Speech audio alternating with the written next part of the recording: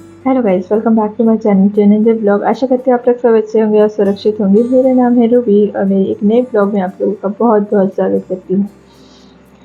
तो आज ना कुछ मतलब आज संडे है और आज मैं 10:30 से स्टार्ट कर दी हूँ ब्लॉग को। लेकिन ना आज ना कुछ काम करने का मन नहीं कर रहा। यानी ऐसा है कि कुछ बोलते हैं ना कि कुछ ऐसी बातें होती है, कुछ ऐसी चीज़ें होती हैं जो शेयर करना ज़रूरी होता है और कुछ हमारे साथ होता भी है, ऐसा भी है ना?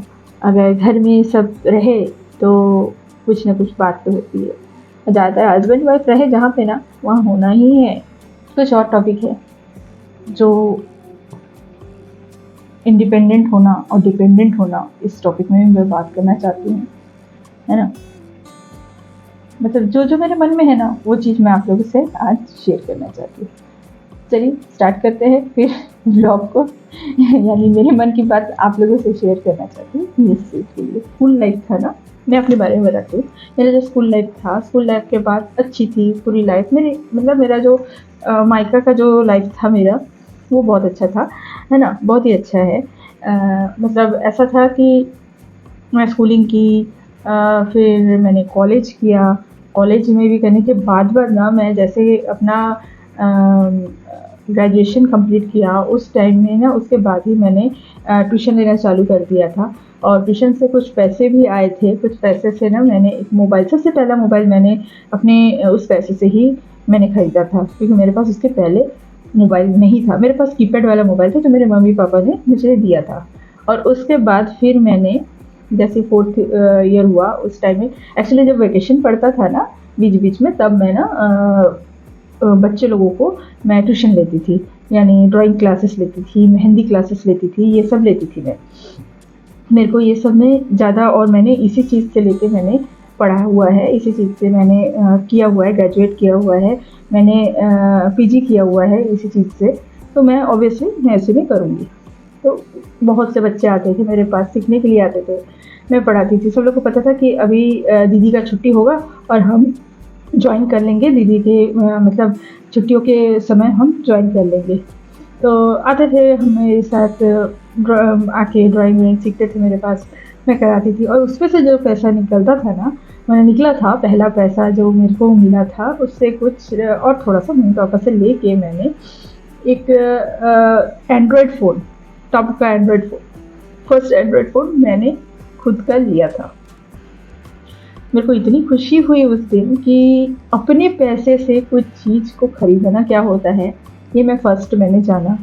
और उसके बाद पैसे का जो एक वैल्यू होता है और पैसा क्या होता है, ये मैंने उस दिन से समझा कि हाँ, पैसा खुद कमा के खुद के लिए अपना कुछ खरीदना, खुद अपना एक चीज़, पर्सनल चीज़ खरीदना कितना अच्छा लगता है ना?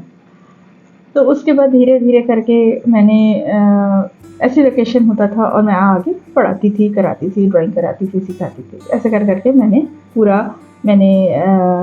पीजी पूरा कंप्लीट किया, है ना? और उसके बाद जैसे ही कंप्लीट हुआ, उसके बाद ही मैंने अप्लाई कर दिया स्कूल में कि मेरे को जॉब के लिए मैंने अप्लाई किया। तो मेरे फर्स्ट में ही जिस स्कूल में पहली बार में मैंने अप्लाई किया था, रिज़्यूमे दिया था, उसी में ही मेरे को हो गया। अब मैंने गया, जाके वहाँ पे इंटरव्यू दिया, सब कुछ दिया, सबको इतना पसंद आया, सब कुछ अच्छा लगा और मेरे को एक बार में सिलेक्शन कर लिए थे, क्योंकि और भी बहुत सारे ड्राइंग के टीचर्स थे और भी बहुत सारे। मैं फ्रेशर थी एक्चुअली, ये मैं बोल सकती हूँ, है ना? बाकी उसके बाद बाकी और काम कर के आ रहे थे, उनका एक्सपीरियंस अलग था, है ना? और मेरा एकदम फ्रेशर था, तो उसमें भी मेरे को ले लिया गया कि चलो फ्रेशर है तो बहुत अच्छे तरीके से सिखाइए बच्चों को। तो मैंने 1 साल तक वहाँ पे किया और 1 साल के उसी साल के बीच में ना मेरा रिश्ता तय हो गया इनके इनके साथ और फिर शादी भी हुई। उसके बाद मैं यहाँ आई तो भी मैं उसी स्कूल में करती थी, मायके के पास ही था, वहीं पास ही मैं करती थी। उसके बाद फिर मेरी सास ने कहा कि यहाँ पे बहुत ज़्यादा दूर पड़ रहा है तुमको आने-जाने में, उससे अच्छा मैं यहीं पास ही कहीं पे तुमको मतलब बता देती हूँ। तो मैंने उसके बाद बीएससी में करा, उसके बाद फिर एक और स्कूल है वहाँ पे भी करा। एक्चुअली बीएससी मैंने एडॉक में किया था, 1 साल का रहता है जो वो वाला, है ना? दूसरे स्कूल में भी किया। उसके बाद फिर मेरा प्रेगनेंसी आ गया, मतलब 3 साल के बाद आया मेरा, है ना, फर्स्ट प्रेगनेंसी। और फर्स्ट प्रेगनेंसी के बाद फिर मेरा ऐसा हुआ कि मैं बिल्कुल भी स्कूल नहीं जा सकती हूँ, उठ नहीं सकती हूँ, मतलब bed rest, full bed rest था। और उसके उसके दौरान, उस बीच के दौरान मेरे सास का ये पता चला कि उनका किडनी का प्रॉब्लम आ गया। आए दिन डॉक्टर, अलग अलग डॉक्टर, मेरे हस्बैंड चले जाते हैं, उनको ले लेके घूमना, ऐसे करते करते ना कम से कम 5 साल लग गया उनके पीछे। यानी जाना आना, मैं भी कई बार ऐसा होता था कि स्कूल से आती थी, स्कूल से दौड़ के आती थी, जैसे ही पता लगता था कि उनको डायलिसिस करवा रहे हैं, और डायलिसिस के बाद ही सीधा आईसीयू में लेके चले गए। उनकी तबीयत बहुत ज़्यादा ख़राब हो गई, बहुत बिगड़ गई। तो वो फिर मैं वहाँ से दौड़ दौड़ के आती थी, छुट्टी लेके दौड़ के आती थी। मेरे हस्बैंड जाते थे, उसके बाद वो अगर रिलीज़ कर वो आते थे, फिर मैं दौड़ती थी। इस तरीके से हम लोगों का चलता था। तो यही सभी चलते चलते चलते चलते बहुत सारी चीज़ें हुई। और घर में भी तब बहुत सारा प्रॉब्लम भी था, बहुत सारी चीज़ें थी ऐसी कि मैं आप लोगों के साथ मतलब बोलने से ना, मतलब मैं क्या बताऊँ, अपने अंदर में भी एक वो आ जाता है कि मैं वो सब दिन याद नहीं करना चाहती। इसलिए क्योंकि मेरा जो फर्स्ट प्रेगनेंसी है ना, वो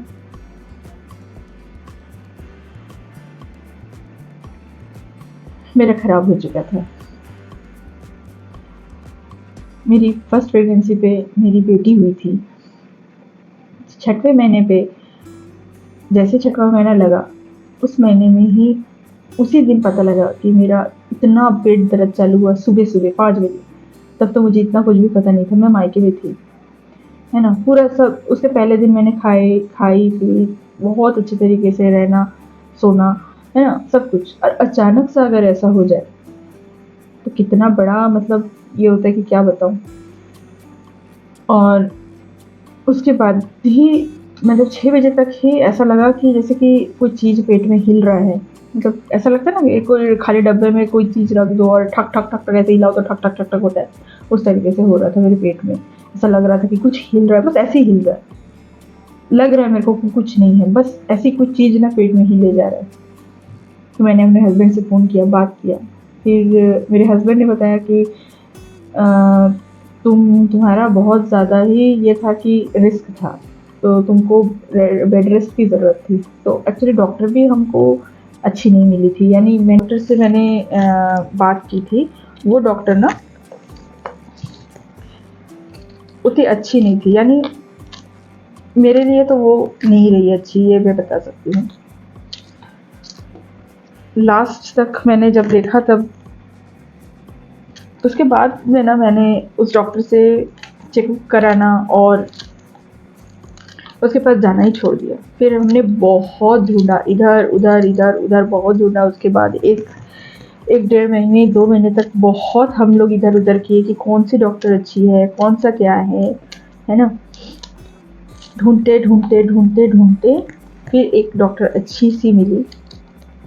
वो एजेड थी और वो मेरे को बताई कि तुम्हारा ऐसा है कि तुमको अगर प्रेगनेंसी में आपको फुल्ली बेड रेस्ट चाहिए, यानी ऐसा बेड रेस्ट जो 9 महीने तक होता है ना? इस तरीके का बेड रेस्ट है। बस आप वॉशरूम के लिए जाएँगी और आप बेड रेस्ट करेंगी। आप और कुछ नहीं कर सकती। थोड़ी देर के लिए भले ही बैठ सकती हैं बेड में, उसके बाद फिर से आप सो जाइए। फिर से आप बेड, मतलब अब मानिए ना, कितने देर तक कोई इंसान सो के बिता सकता है? कितने दिन तक? 1 दिन, बस 2 दिन, उससे ज़्यादा तो नहीं। लेकिन मैंने पूरा रेगुलर 7 महीने तक इस तरीके से रहा है अबीर के लिए। तब जाके एक्चुअली अबीर भी 7वें महीने में हुआ है, ये भी बता देती हूँ, है ना? और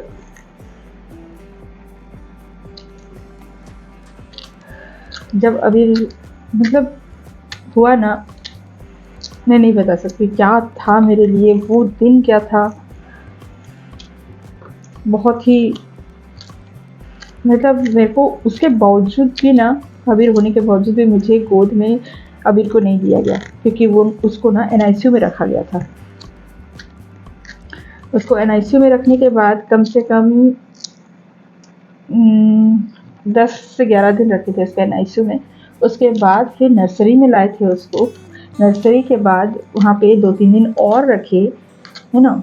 उसके बाद मेरे को समझाए कि इस बच्चे को, प्रीमैच्योर बच्चे को किस तरीके से आप दूध पिलाएंगी, किस तरीके से आप रखेंगी, ये सब पूरा बताए।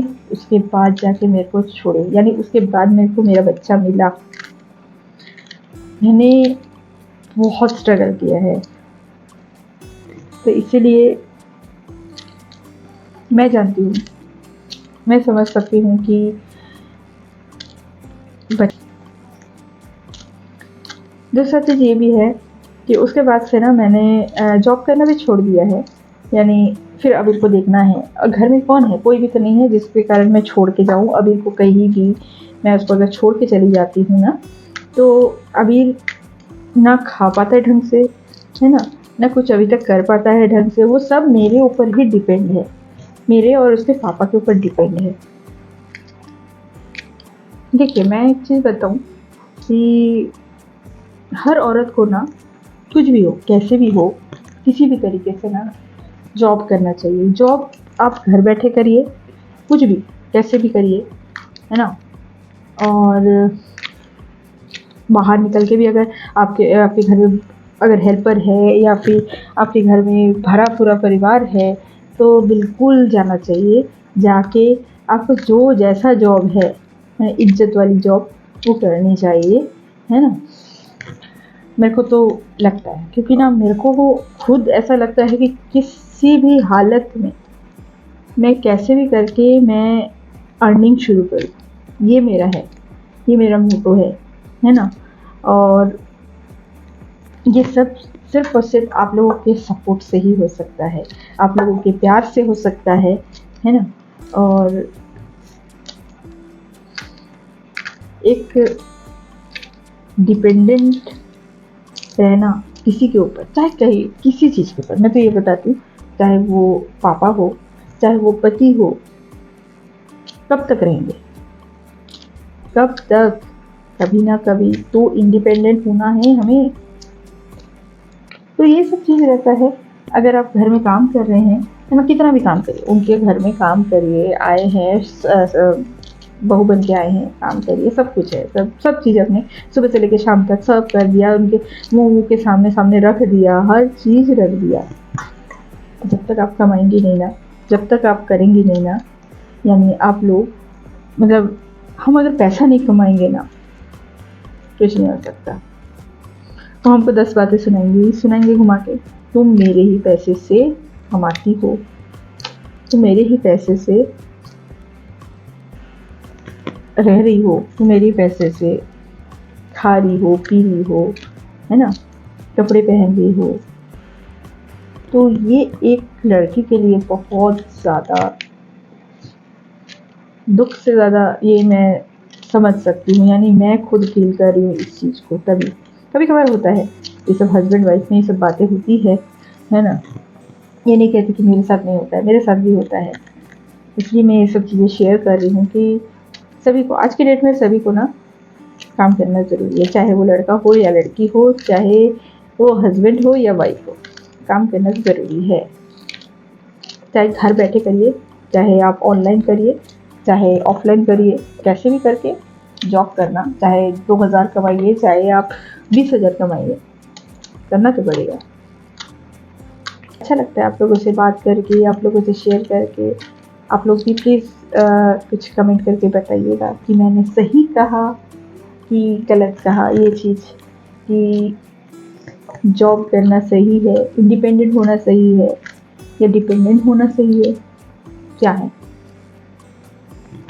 डिपेंडेंट होके रहना ठीक रहता है कि इंडिपेंडेंट होके रहना ठीक रहता है? सबको आज की डेट में पैसे की बहुत ज़रूरत रहती है भाई। इंडिपेंडेंट होंगे, जो मन चाहे अपन ले सकते हैं आज की डेट में, है ना। आपके पास पैसे हैं, बैग में पैसे हैं, तो आप कुछ भी दुनिया का हर चीज़ आप खरीद सकते हो, किसी से मांगने की ज़रूरत नहीं पड़ती। अरे सुनो ना, दे दो ना, अरे पापा, मम्मी, प्लीज़ आप दीजिए ना पैसा। मांगने में भी शर्म आती है, अच्छा नहीं लगता है ना। और उसमें अगर कभी कुछ बाई चांस सुनने मिल जाए, ना सुनने मिल जाए, नहीं मेरे पास अभी पैसे नहीं है, तब कैसा लगता है। इसलिए इंडिपेंडेंट होना बहुत ज़रूरी है भाई। आज के डेट में इंडिपेंडेंट बहुत ज़रूरी है।